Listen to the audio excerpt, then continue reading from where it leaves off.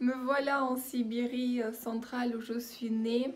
Après 25 ans d'absence, ça fait vraiment drôle. Il faisait -36 lorsque j'ai descendu de l'avion et je suis sortie dehors. J'ai inspiré cet air. J'avais l'impression que mes poumons allaient brûler tellement ça faisait vraiment mal. Donc voilà, j'ai perdu l'habitude. Waouh!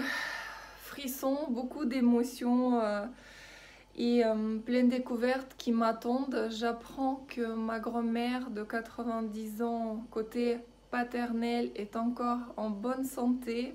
Donc je vais la rencontrer après tant d'années de silence, absence.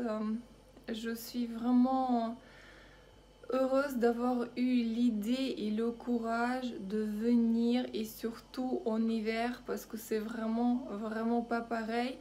L'hiver ici fait cette différence parmi toutes un tas d'autres pays et paysages et de climats.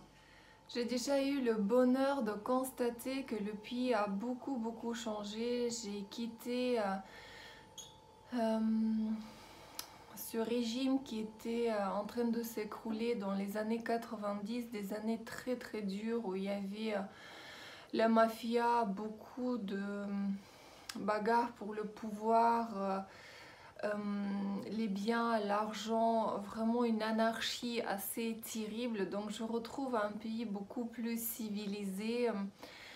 Euh, les gares que j'ai vues, les avions Airbus, Boeing faisaient pas, en tout cas la route, pas une grande différence entre ce qu'on peut connaître en Europe, en tout cas en France, là où je vis.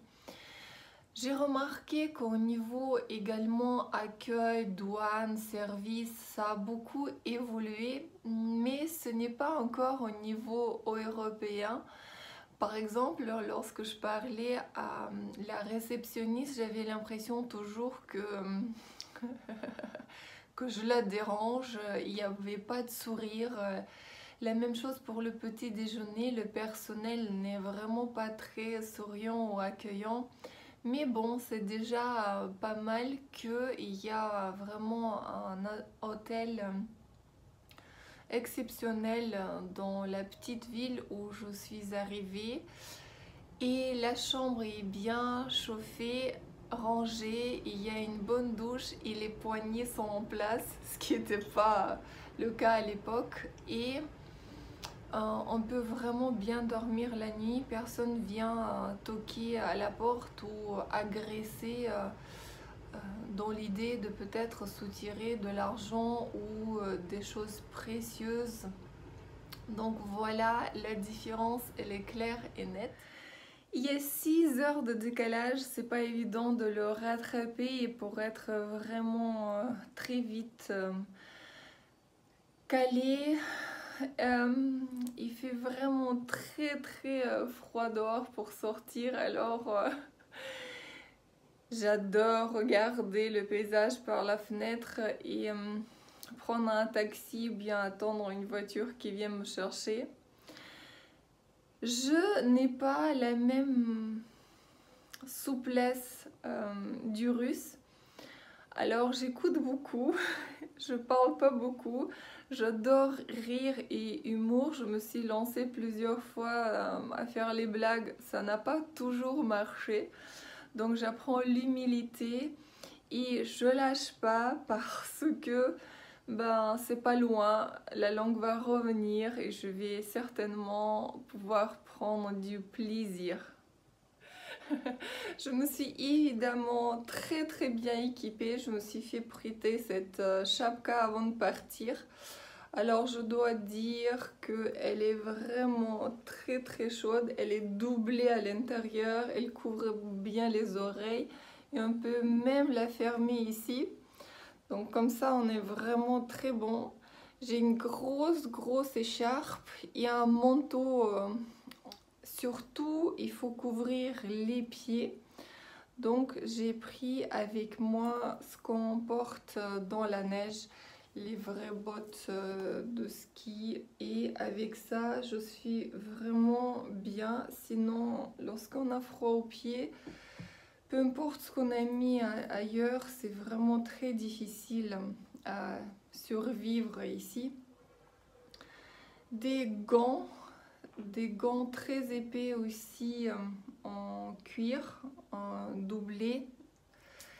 Sinon, on sent plus les mains et c'est vraiment dangereux avec le mois 36 dehors. Ils ont dit que ça va également descendre jusqu'à moins 44 et peut-être encore plus bas. Donc je ne pense pas passer beaucoup de temps dehors. Je vais boire beaucoup de tisane à l'intérieur, bavarder avec les gens, et je compte écrire beaucoup sur ma famille, sur l'histoire, voilà, pour avoir quoi transmettre, non seulement aux personnes qui me suivent, mais aussi à mes enfants et les générations futures. De retour à mon hôtel avec cette forte rencontre avec ma grand-mère, je me pose la question, ce que je ressens, tout est mélangé. Je me suis assise à côté d'elle, j'ai tenu sa main et les premières minutes, il y avait des larmes de joie, de tristesse, d'émotion qui coulaient tranquillement sur mes joues. Elle était aussi très bouleversée, remuée. Elle m'a parlé un petit peu en vrac de tout ce qui s'est passé, aussi de tout ce qu'elle est, son histoire, la naissance de ses enfants, de ses petits-enfants, ses arrière-petits-enfants, la fierté qu'elle a eue pour sa vie, pour tous ceux qui l'entourent. À 90 ans, elle m'a aussi dit qu'elle avait très envie de me voir avant de quitter cette terre. Tout ça est évidemment touchant et j'avais l'impression que pour une fois je découvrais cette grand-mère sans filtre. Elle parlait des choses que j'ai jamais entendues, que par exemple mon père, son premier enfant, que j'ai pas beaucoup connu, était né avec une jumelle, une fille qui est morte lorsqu'elle avait seulement 6 mois parce qu'elle avait une maladie qui n'a pas pu être guérie à l'époque. Elle était triste et je voyais qu'elle vivait cette histoire comme si c'était il y a très peu. Elle me racontait comment ils ont créé un couple avec mon grand-père, comment ils ont construit après presque 10 ans de vie commune dans une petite chambre chez leurs parents, leur propre maison. Comment tout ça était. Elle me parlait de ce moment où elle lavait la vaisselle pour la première fois dans cette nouvelle grande, pour eux, la maison, et surtout celle qui était la leur maintenant. Le temps, à la fois, il existe et il n'existe pas, que ce soit pour moi ou pour elle, dans toutes ces émotions. Et là, c'est le téléphone. Je suis sûre que je vais aller voir d'autres personnes de ma famille. Me voilà sur les routes de la Sibérie. C'est comme ça que c'est en ville. Pas plein centre, mais quand même. Alors, les arbres sont toutes blanches, comme dans un petit peu un rêve. Et voilà, les routes sont très très glissantes, donc il faut vraiment bien ralentir lorsqu'on tourne, pratiquement s'arrêter parfois, et parfois ça part.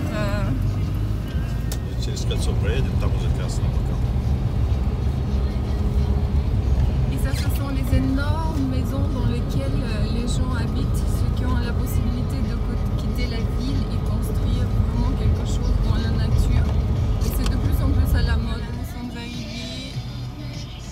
Et apparemment, c'est une très grande maison de 400 mètres carrés avec piscine chauffée, garage et tout. Il y a le soleil là-bas derrière et c'est une maison qui se trouve vraiment tout au bord de la ville avec un grand terrain.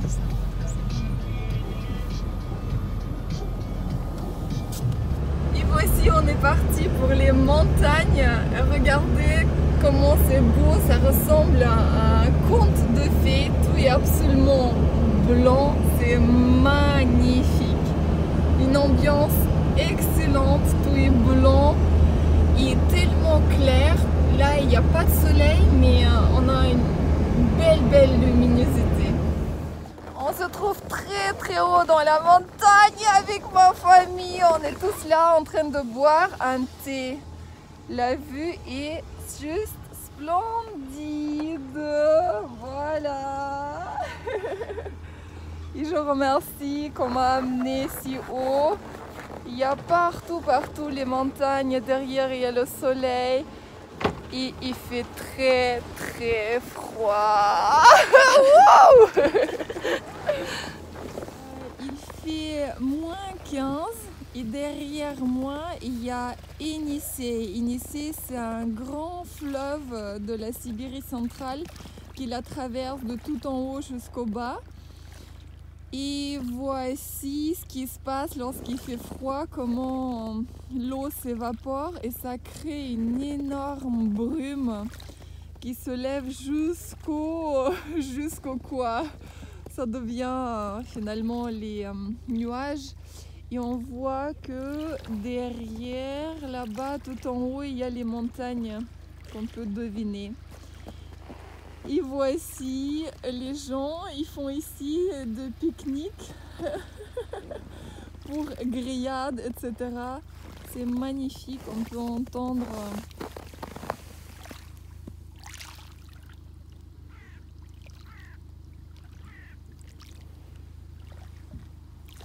l'eau.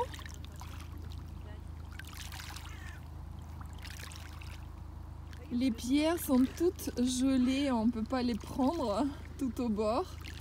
Ici on met la main à l'intérieur de l'eau, on peut vraiment attraper quelques pierres. C'est fantastique, magnifique, incroyable. Voici encore un morceau de Sibérie. Juste quelques instants plus tard, on est venu visiter un bateau de pirates qui a été construit sur Yenisei en bois. Nous sommes sur le bateau et lorsqu'on rentre, on peut louer cet espace, un espace sauna, ça sent super bon, avec un siège massant, relaxant. Et de là, on peut sortir à nouveau sur le bateau. C'est fascinant. Donc voilà, un bateau de pirates. Et tout ce qu'on voit, c'est l'Yenisei, le fleuve. Fabuleux, fantastique, le soleil qui se couche quelque part là-bas. On ne voit pas très bien, mais il y a ici une arme de pirate. Donc ici, c'est une pierre avec laquelle on peut aiguiser cette arme. C'est incroyable. Voilà ce qu'on voit. Cette arme est attachée pour qu'elle ne parte pas avec les prochains qui ont envie de l'embarquer peut-être. Et lorsqu'on loue le bateau, on peut aussi louer cet espace où on peut rester dormir dans un style très original. Ici, on trouve le trésor des pirates qui brille de toutes les feux. Tout en haut, il y a les canons de pirates qu'on voit plus très bien, mais en tout cas, ils sont bien positionnés, prêts à tirer au cas où il y a un ennemi. Et voici, nous sommes tout en haut, il y a presque plus de soleil, il fait de plus en plus noir. L'ambiance est superbe, on profite vraiment. En tout cas, je découvre des choses magnifiques. Et là-haut, il y a la gouvernail. Alors aujourd'hui, j'hallucine parce que la table est très modeste. Il y a juste un seul plat, les saucisses avec des légumes. Parce que d'habitude, sur la table, on met plusieurs entrées, plusieurs plats. Il n'y a presque pas de place sur une grande table. Donc voilà, exceptionnel, des superbes saucisses d'agneau avec en plein hiver des légumes très frais. Voilà une façon très intéressante de manger un poisson. C'est un poisson qui est congelé, qu'on va sortir du frigidaire, on va le couper et consommer ces petits morceaux en posant sur la langue qui va être vraiment très tendre et fondre dans la bouche. Je n'ai jamais mangé ça.